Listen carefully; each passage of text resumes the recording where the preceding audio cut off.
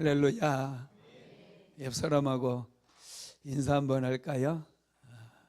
사랑하고 축복합니다. 사랑하고 축복합니다. 너무 좋아하는 것 같아요. 사랑한다는 말, 축복한다는 말 언제 들어도 참 좋은 것 같아요. 옆 사람한테 사랑하고 또 축복한다고 하면 옆 사람은 또 나를 사랑하고 축복한다고 하니 참 좋잖아요. 그죠?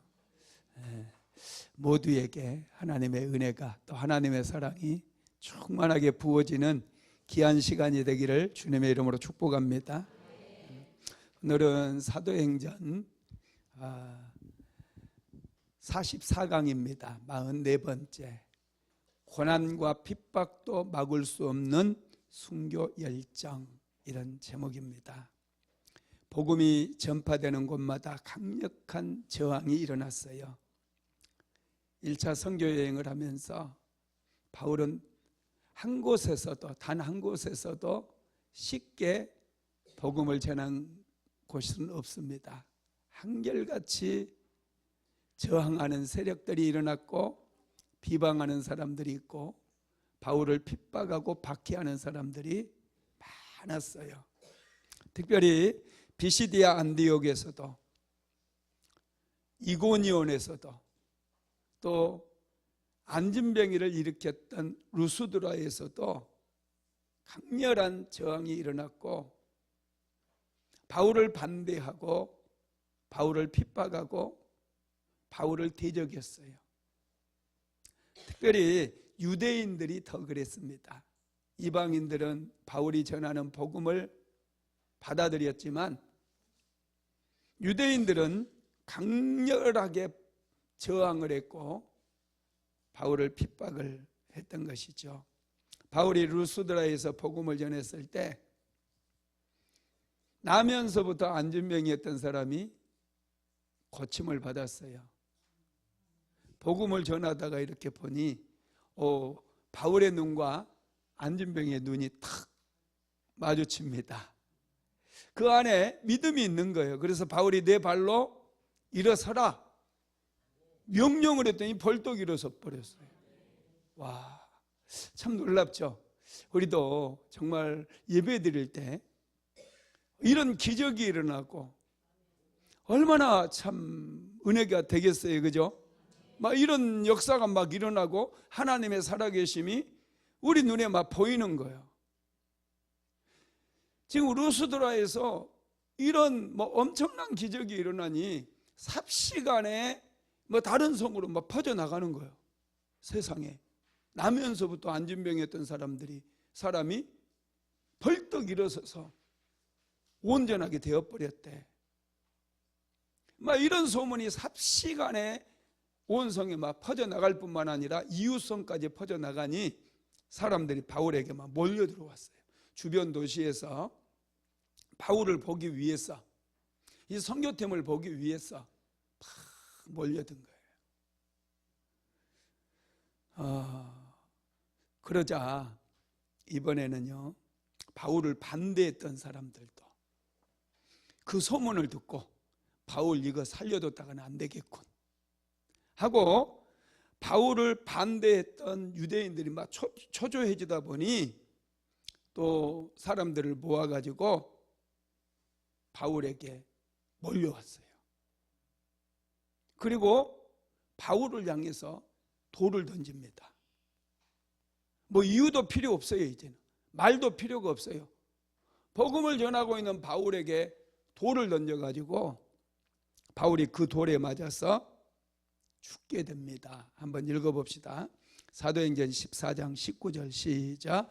유대인들이 안디옥과 이고니온에서 와서 무리를 충동하니 그들이 돌로 바울을 쳐서 죽은 줄로 알고 시외로 끌어내치니라. 유대인들이 안디옥과 이고니온에서까지만 몰려온 거예요.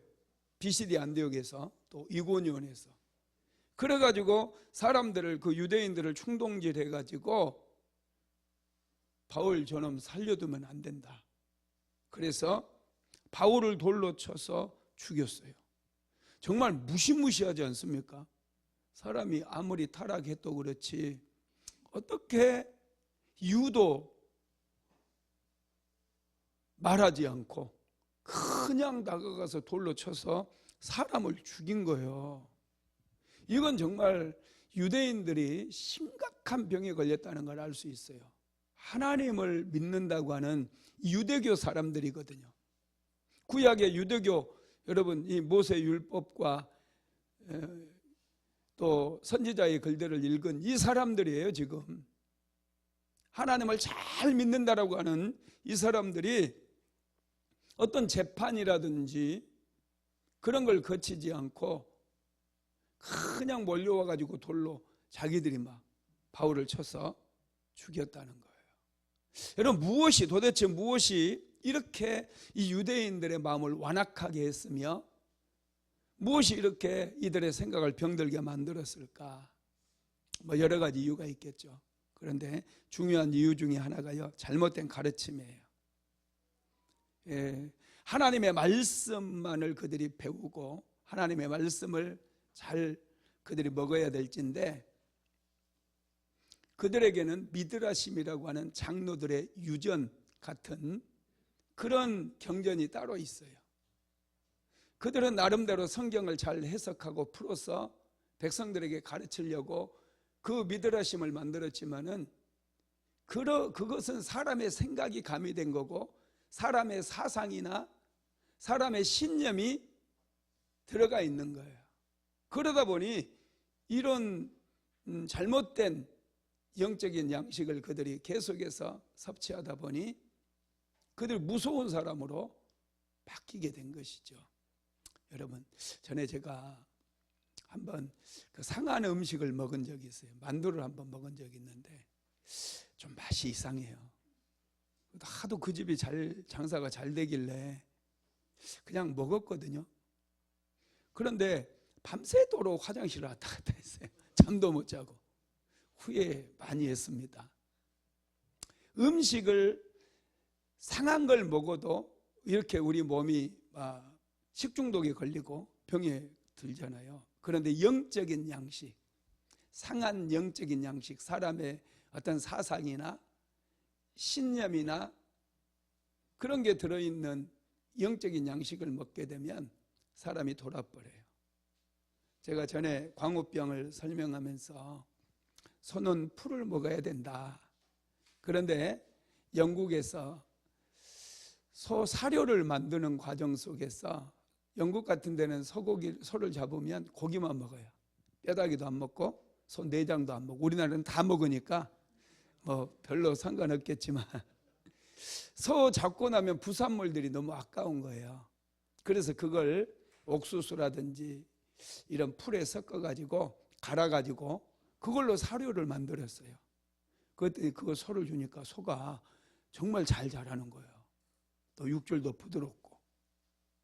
그런데 놀라운 것은 그 양식을 계속 먹다 보니까, 그 사료를 먹다 보니까 소 머리에, 뇌 속에 구멍이 뻥뻥 뚫려버린 거예요. 소가 미쳐버려요. 뇌에 구멍이 뚫리니 여러분 소가 미치죠. 그게 광우병인 거예요. 여러분 우리도 이 영의 양식을 잘 먹어야 돼요. 말씀을. 이단에 빠지면 사람들이 미치잖아요. 부모도 남편도 아내도 다 팽개쳐 버려요. 이단에 빠지면 요즘 뭐 돌나라라고 하는 이단도 있고 신기해요. 신천지만 있는 게 아니라요, 돌나라도 있고요, 신나라도 있어요. 이런데 빠져가지고 돌나라는 저기 브라질에 무슨 그 자기네들 그 천국을 만들어 놨거든요. 한 1000명 데리고 가가지고 죽어라고 일시켜요. 임금도 월급도 안 줘요. 그런데 가서 죽어라 일하더라고요. 이거 온전한 영신입니까? 이게 이제 잘못된 양식을 먹다 보니 참 이 사람들이 이렇게 어리석어지는 거예요. 하여튼 유대인들 역시도 장로들의 유전이라고 하는 그런 양식, 하나님께서 주시는 말씀을 먹는 게 아니라 잘못된 양식을 먹다 보니 이들이 그렇게 교만해지고, 어떻게 사람을, 세상 사람들도 이렇게 하지 않잖아요. 아주 흉악범들이에요. 어떻게 사람을 돌로 쳐 죽여놓고 죽은 것 같으니까 성 밖으로 갖다 버려, 쓰레기통에 버리는 거예요. 이런 끔찍한 일을 지금 누가 하고 있다고요? 유대인들이 하고 있어요. 그것도 하나님을 잘 섬긴다라고 하는, 그들에게는 말씀도 있잖아요. 그런 사람들이 이런 일을 하고 있다라는 것입니다. 그리고 두 번째로는요, 그들에게는 선민의식이 있었어요. 이 선민의식이 정말 무서워요. 유대인들은 자기들만 하나님께 선택받은 백성이 돼요. 자기들만 하나님께 선택받은 백성이니 자기들만 존귀하다는 거예요. 이런 사상 때문에 여러분, 유대인들을 전 세계인들이 엄청나게 싫어했어요. 지금도 유대인을 좋아하는 나라는요, 일본하고 우리나라밖에 없대요. 이스라엘을 좋아하는 나라는, 우리나라 사람도 이스라엘 좋아하거든요. 일본도 좀 그렇대요. 우리나라하고 일본밖에 없대. 전 세계 사람들이 하나같이 이스라엘 사람들 별로 안 좋아한대요. 왜냐하면 그들은 이 선민의식이 너무 강해요. 선민의식이. 자기들만 하나님의 백성들이고 자기들만 구원받지 이방인들은 사람 취급을 안 해요. 물론 안 그런 유대인들도 있겠지만은, 여러분, 이게 특권의식이라고 하는 게요, 엄청난 교만이에요. 저와 여러분도 이런 특권의식이 있다면 버려야 돼요. 우리는 전도하다가 어떤 분은 그렇게 하더라고요. 예수 믿으세요 그러면 당신이나 잘 믿어 그러면 꼭 한마디 하고 가는 분이 있어요. 한마디 하지 마세요. 당신이나 잘 믿으세요 그러면 예, 잘 믿겠습니다 이렇게 하고 오면 돼요. 한마디 그냥 그렇게 사니 당신이 뭐 이렇게 한다든지, 당신은 그래서 지옥 가는 거야 이렇게 해버리면 안 된다는 거예요. 이 교만이라고 하는 게요, 참 무서워요. 우리는 이 교만을 버려야 됩니다. 누가복음 18장에 보면은 이 바리새인과 세리가 성전에 와서 서서 따로 기도하는 모습이 기록되어 있잖아요. 거기에 보면 교만이라고 하는 게 무엇인지 우리가 좀 생각해 볼 수 있는데요. 한번 누가복음 18장 9절 한번 읽어볼까요? 시작. 또 자기를 의롭다고 믿고 다른 사람을 멸시하는 자들에게 이 비유로 말씀하시되. 그래서 교만은요, 철저하게 자기중심적인 거예요. 자기를 의롭다고 믿고 다른 사람을 멸시하는 자들에게 이 비유를 말씀하신대요. 바리새인과 세리의 비유를. 자기는 잘났어요. 자기는 뭐든지 다 맞다고 생각해요. 자기 생각은 100% 맞고 남편 생각은 100% 틀리고. 그런 분들이 은근 많더라고요. 여러분들은 안 그러신가요? 여러분, 교만이라고 하는 게요, 철저하게 자기중심적인 거예요. 자기 생각만 맞고 다른 사람은 틀렸다고 그렇게 생각하는 거예요. 여러분, 정치인들 보면 딱 그렇지 않아요?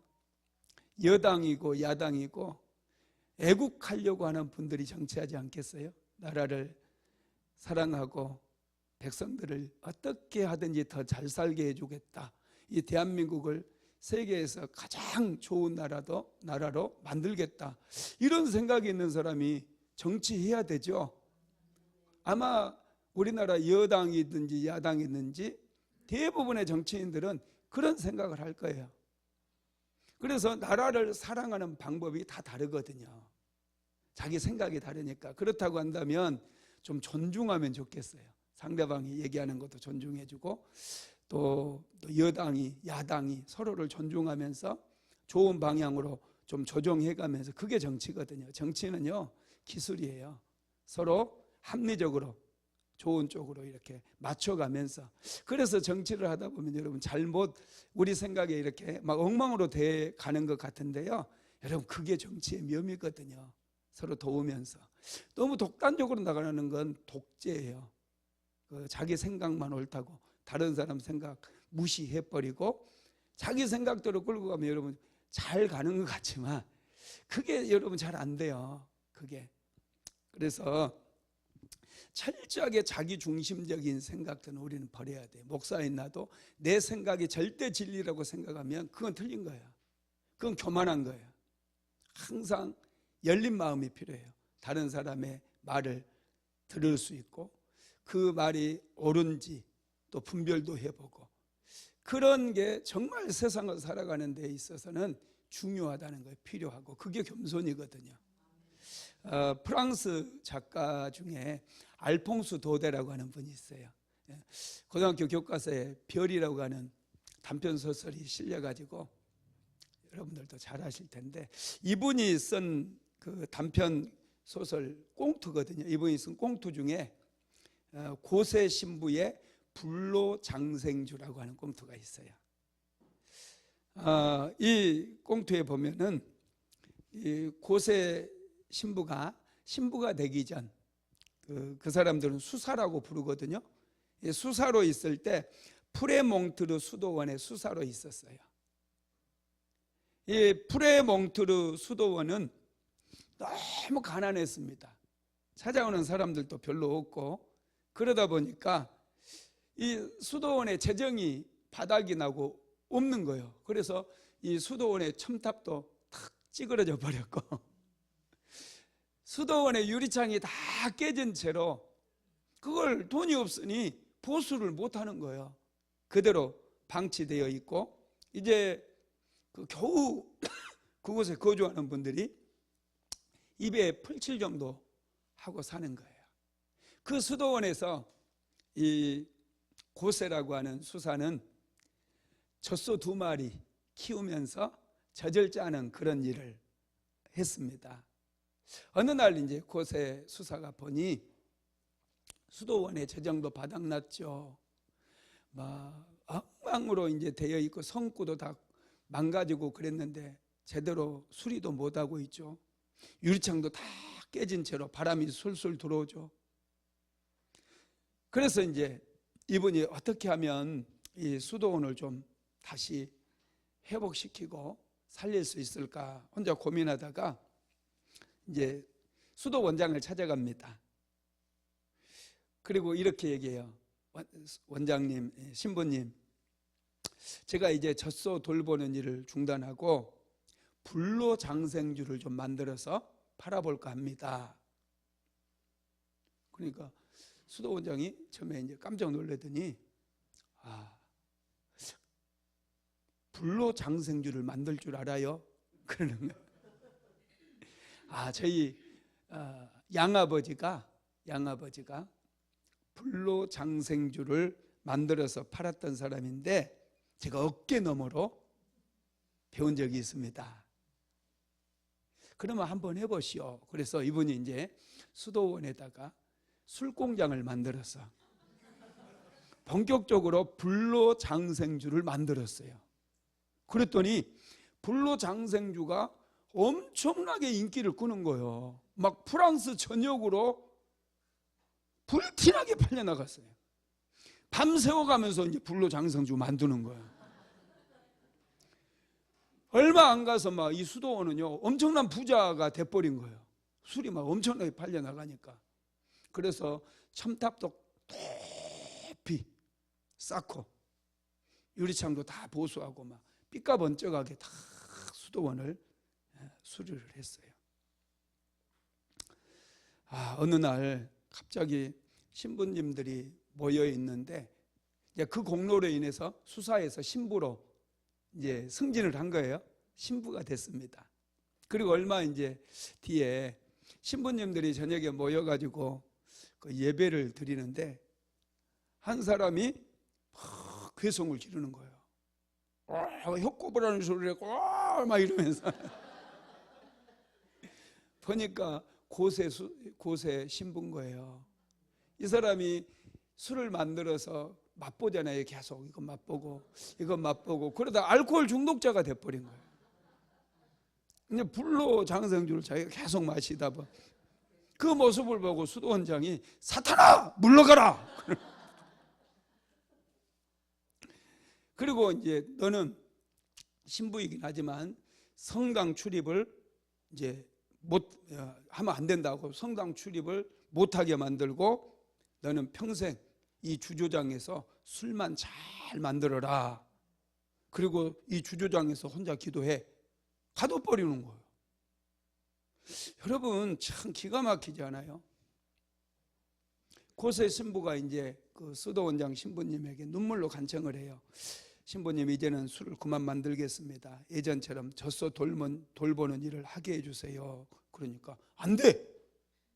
단칼에 거절을 해버려요. 그리고 자비로운 주님께서 모든 것을 책임져 주실 것입니다.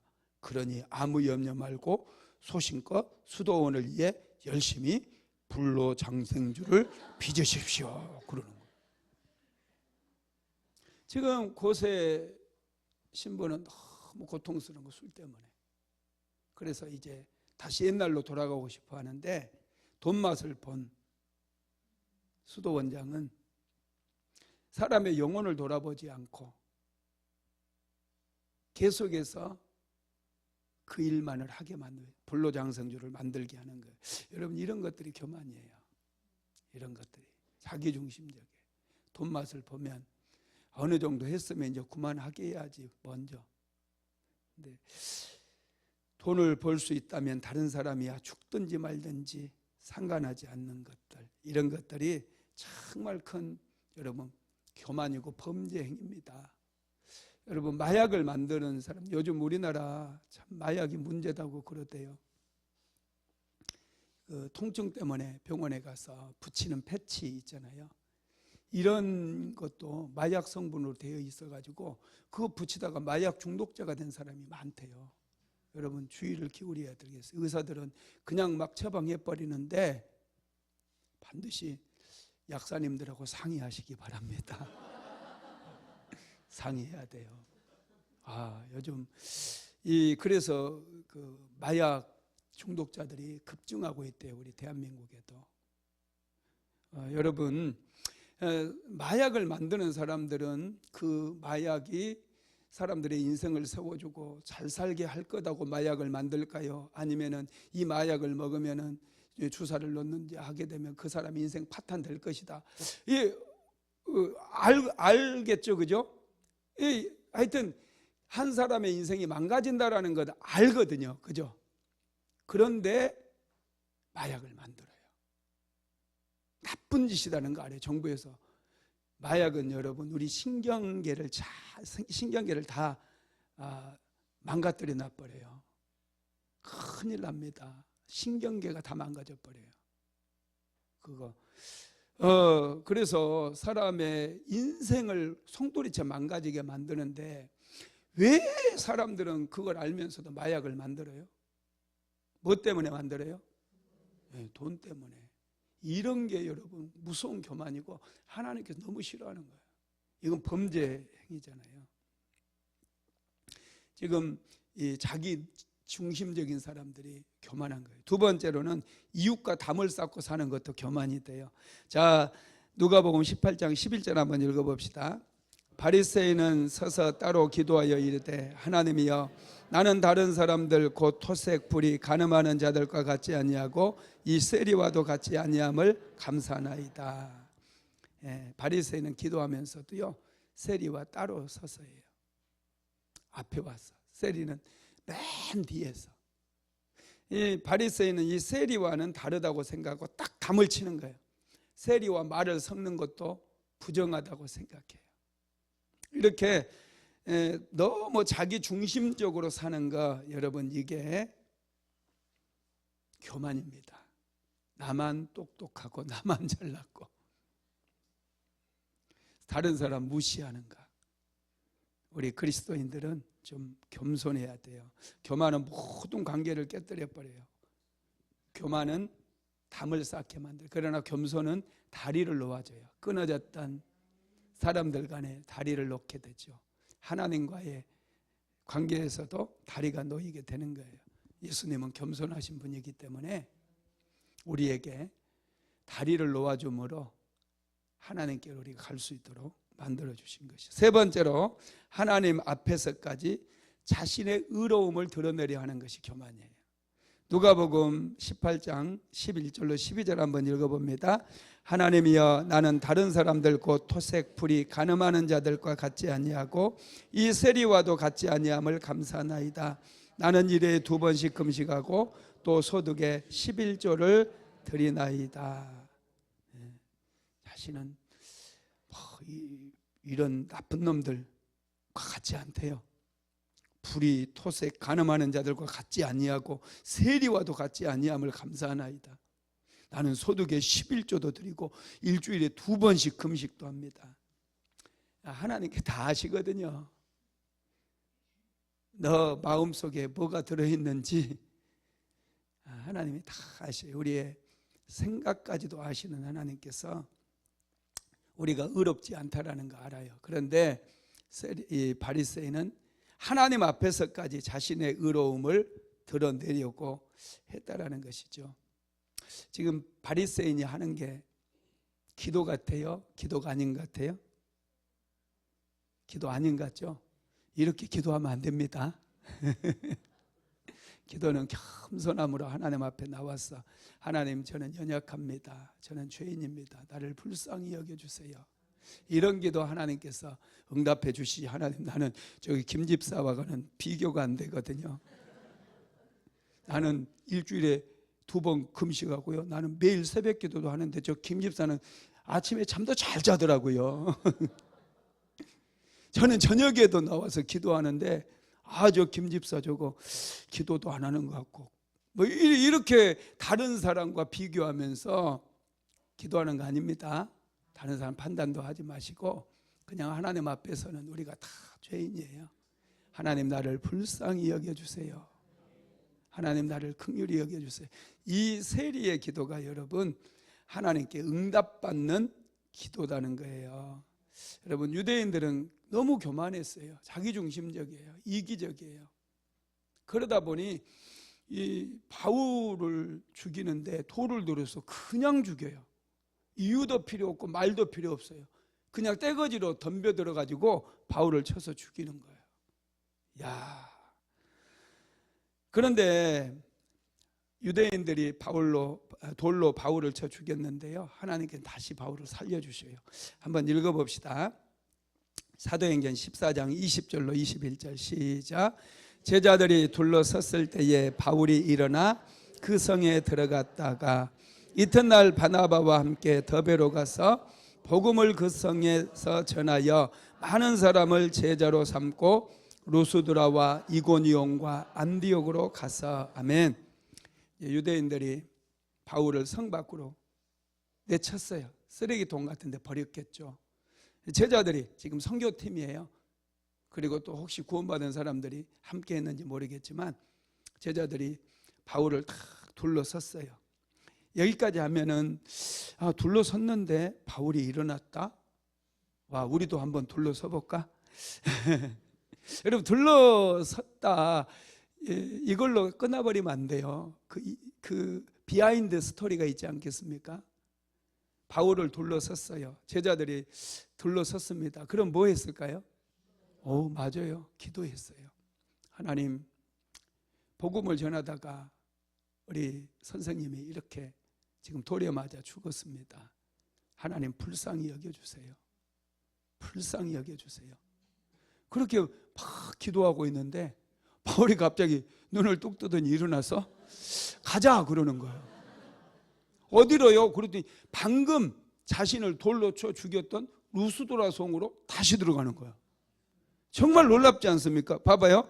제자들이 둘러섰을 때 바울이 일어나 그 성에 들어갔다. 그 성이 루스드라 성이에요. 자기를 돌로 쳐서 지금 핍박하고 죽였는데 제자들이 기도하니까 하나님께서 바울을 다시 살려주셨고, 바울은 일어나자마자 옷을 툴툴 털더니 얘들아 가자 하면서 자기를 지금 핍박하고 죽였던 루스드라 성으로 다시 들어갔다라는 거예요. 참 놀랍죠. 정말 바울의 위대한 점이에요. 우리가 상상도 할 수 없어요. 정말 바울은 복음의 열정도 대단했지만 두려움이 없어요. 예수를 믿다 보니 믿음, 이게 여러분 믿음의 힘이고 믿음의 능력이 아닐까요? 야, 바울은 바로 들어갔어요. 바로. 여러분 아무 일도 없었던 것처럼. 자, 다시 사도행전 14장 21절로 22절 읽어봅시다. 시작. 복음을 그 성에 전하여 많은 사람을 제자로 삼고 루스드라와 이고니온과 안디옥으로 돌아가서 제자들의 마음을 굳게 하여 이 믿음에 머물러 있으라 권하고 또 우리가 하나님의 나라에 들어가려면 많은 환난을 겪어야 할 것이라 하고. 아멘. 바울은 지금 루스드라에 들어가서 이제 더베라고 하는 곳으로 갔는데요, 또 복음을 전해요. 좀 대단하죠. 비시디아 안디옥에서도 그렇게 핍박을 받았어요.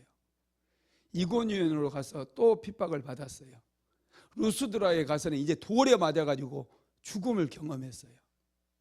그럼에도 불구하고 다시 이제 루스드라를 떠나서 더베라고 하는 도시로 갔는데 또 그곳에서 그 성에 복음을 전했다는 거예요. 그래서 많은 사람을 제자로 삼았대요. 정말 바울은 놀라운 사람입니다. 이제 바울의 1차 선교 여행 마지막이거든요. 더베를 찍고 더베까지만 가요. 그리고 다시 이제 루스드라에서 이고니온으로, 이고니온에서 비시디아 안디옥으로, 비시디아 안디옥에서 다시 그 버가 쪽으로, 다시 그 지중해가 있는 그 바닷가 쪽으로 가게 됩니다. 그런데 참 놀라운 것은요, 바울이 안디옥으로 다시 이제 자신을 파송했던 곳은 어디예요? 수리아에 있는 안디옥 교회였어요. 그죠? 지금 1차 선교 여행 중에 있는 터키, 지금 티리기예죠. 비시디아 안디옥은 티리기에, 수리아 안디옥도 그 티리기에 있는데 이 이스라엘 땅 바로 위쪽에 수리아가 지금 시리아 지역이에요. 시리아. 지금 시리아 지역. 시리아 지역 그쪽 위쪽으로 그 근처에 이제 그 수리아 안디옥이 있고 거기 안디옥 교회 파송을 받아가지고 바울이 1차 선교행을 떠난 거잖아요. 그래서 다시 이제 그 지나왔던 도시들을 다시 들려서 수리아 안디옥으로 오는 그 코스가 1차 선교 여행인데 이 1차 선교 여행이 총 기간이 한 2년 걸렸다고 신학자들은 얘기해. 2년 동안.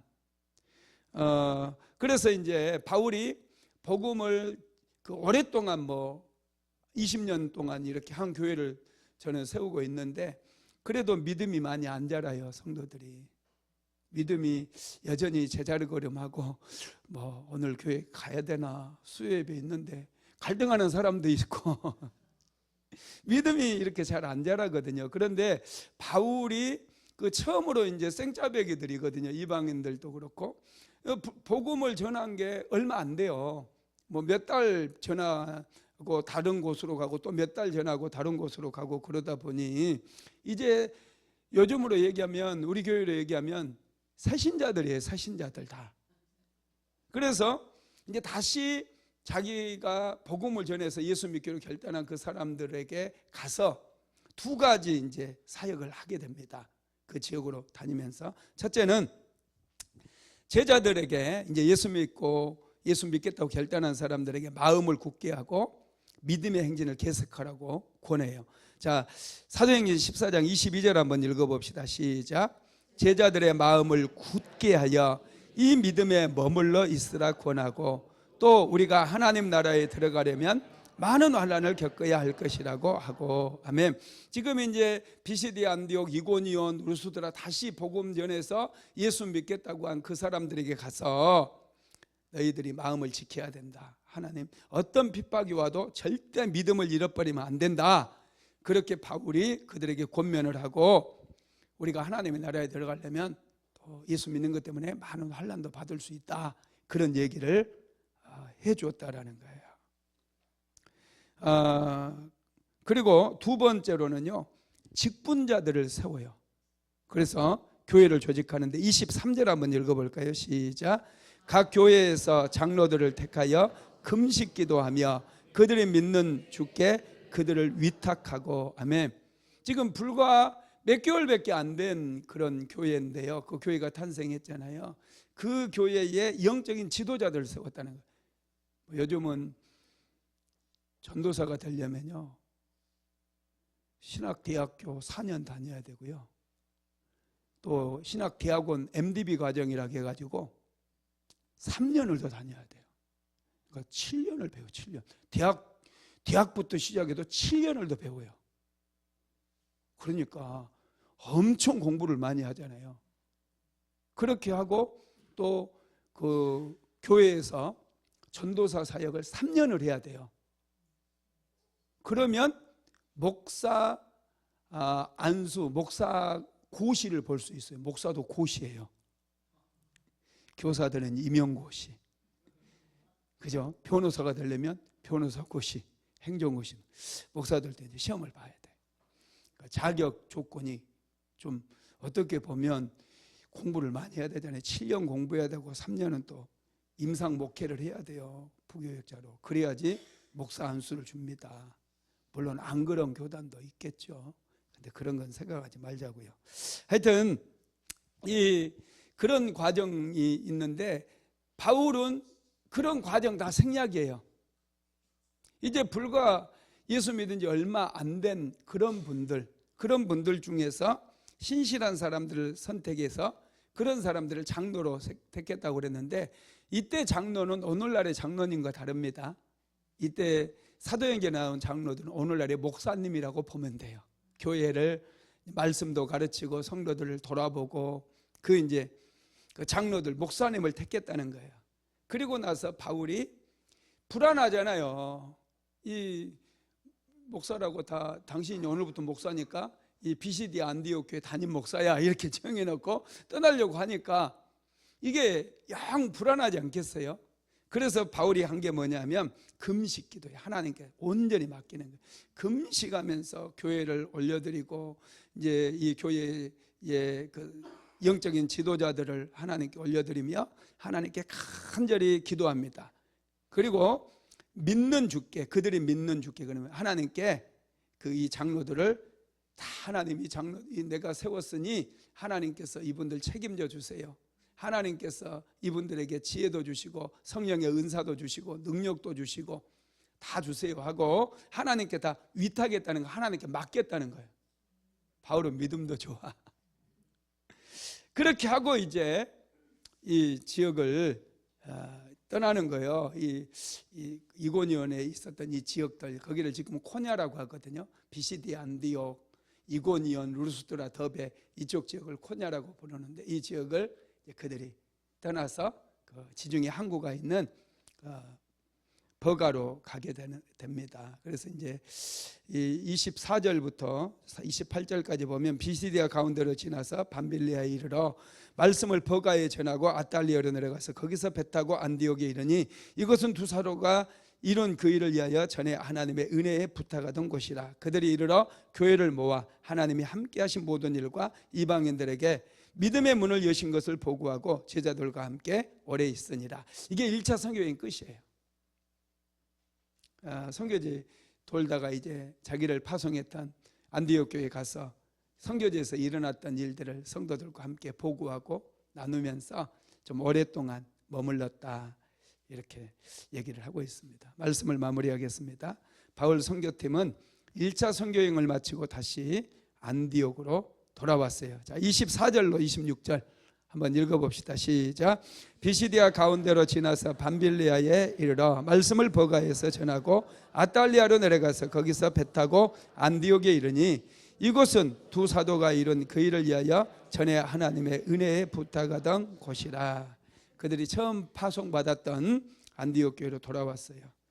그리고 성도들과 함께 선교지에서 일어났던 루스드라에서 안진병이가 나면서부터 안진병이었던 그분이 기적적으로 일어났던 거, 그리고 또 구브로 섬에서 총독 서기오 바울에게 복음을 전하려고 했을 때 바예수라고 하는 박수무당이 막 그 방해를 했잖아요.